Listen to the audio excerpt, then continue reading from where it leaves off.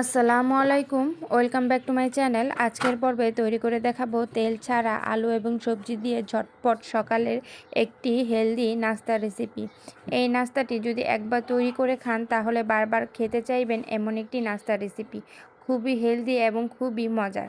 চাইলে ট্রাই করে দেখতে পারেন, খেতে কিন্তু দুর্দান্ত। আশা করছি রেসিপিটি ভালো লাগবে। ভালো লাগলে অবশ্যই আমার চ্যানেলটিকে সাবস্ক্রাইব করে পাশে থাকা বেল আইকনটি প্রেস করে দিবেন। চলুন তাহলে দেখে নিই কীভাবে তৈরি করে নেব এই নাস্তাটি। নাস্তা তৈরি করার জন্য আমি কয়েকটা সবজি নিয়ে নিচ্ছি। এখানে হাফ কাপ গাজর আর হাফ কাপের থেকে কম দিয়ে দিলাম ক্যাপসিকাম। আরও এখানে অ্যাড করে দেব পেঁয়াজ পাতা। আপনারা চাইলে যে কোনো সবজি নিতে পারেন যেগুলো তাড়াতাড়ি সিদ্ধ হয়ে যায়। তো এইগুলো সবজি আমি নিয়ে চামচের সাহায্যে মিক্স করে নিলাম। আপনারা চাইলে এই সবজিগুলো সেদ্ধ করে নিতে পারেন।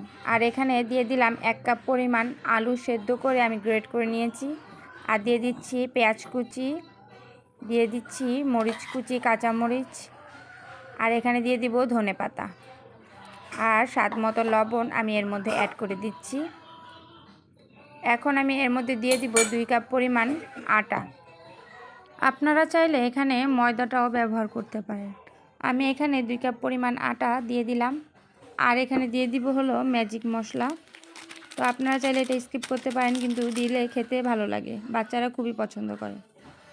এর সাথে অ্যাড করে দিব একটা ডিম। ডিমটা দিয়ে আমি এর মধ্যে অ্যাড করে দিব হাফ কাপ পরিমাণ পানি।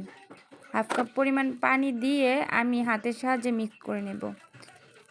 প্রথমে অল্পই পানি দিচ্ছি, পরে আমি পানিটা অল্প অল্প করে দিয়ে দিব। তো এই সবগুলো উপকরণ আমি হাতের সাহায্যে মিক্স করে নিচ্ছি, যেন ভালো করে সবগুলো উপকরণ ভালো করে মিশে যায়। এই উপকরণগুলো হাতের সাহায্যে মিক্স করে নেব এবং একটি পাতলা ব্যাটার তৈরি করে নেব। আর এখানে দিয়ে দিলাম হাফ চামচেরও কম হলুদের গুঁড়ো। হলুদের গুঁড়োটা দিলাম কালারের জন্য, আপনারা চাইলে স্কিপ করতে পারেন। তো এগুলো দিয়ে চামচের সাহায্যে ভালো করে মিক্স করে নিচ্ছি। অবশ্যই দেখতে পাচ্ছেন ব্যাটারটা কিন্তু একদম পাতলাও না, একদম ঘনও না। আপনারা যে কোনোভাবে তৈরি করে নিতে পারেন। তো এইভাবে আমি ব্যাটারটা তৈরি করে নিয়েছি। এই পর্যায়ে কিন্তু ব্যাটারটা তৈরি হয়ে গেছে। ব্যাটারটা তৈরি হয়ে গেছে। আমি চুলোয় একটা ফ্রাই প্যান বসিয়ে দিয়েছি। আর এখানে সামান্য একটু অয়েল দিয়ে অয়েল ব্রাশ করে নিলাম, যেন নিচ থেকে লেগে না যায়।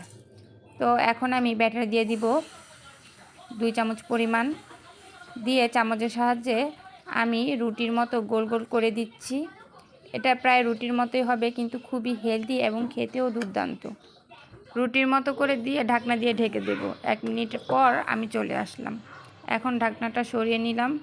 অবশ্যই দেখতে পাচ্ছেন উপর থেকে কিন্তু ভালোই সিদ্ধ হয়ে গেছে। আমি একটা স্প্যাচুলার সাহায্যে এই নাস্তাটাকে উল্টিয়ে দিব।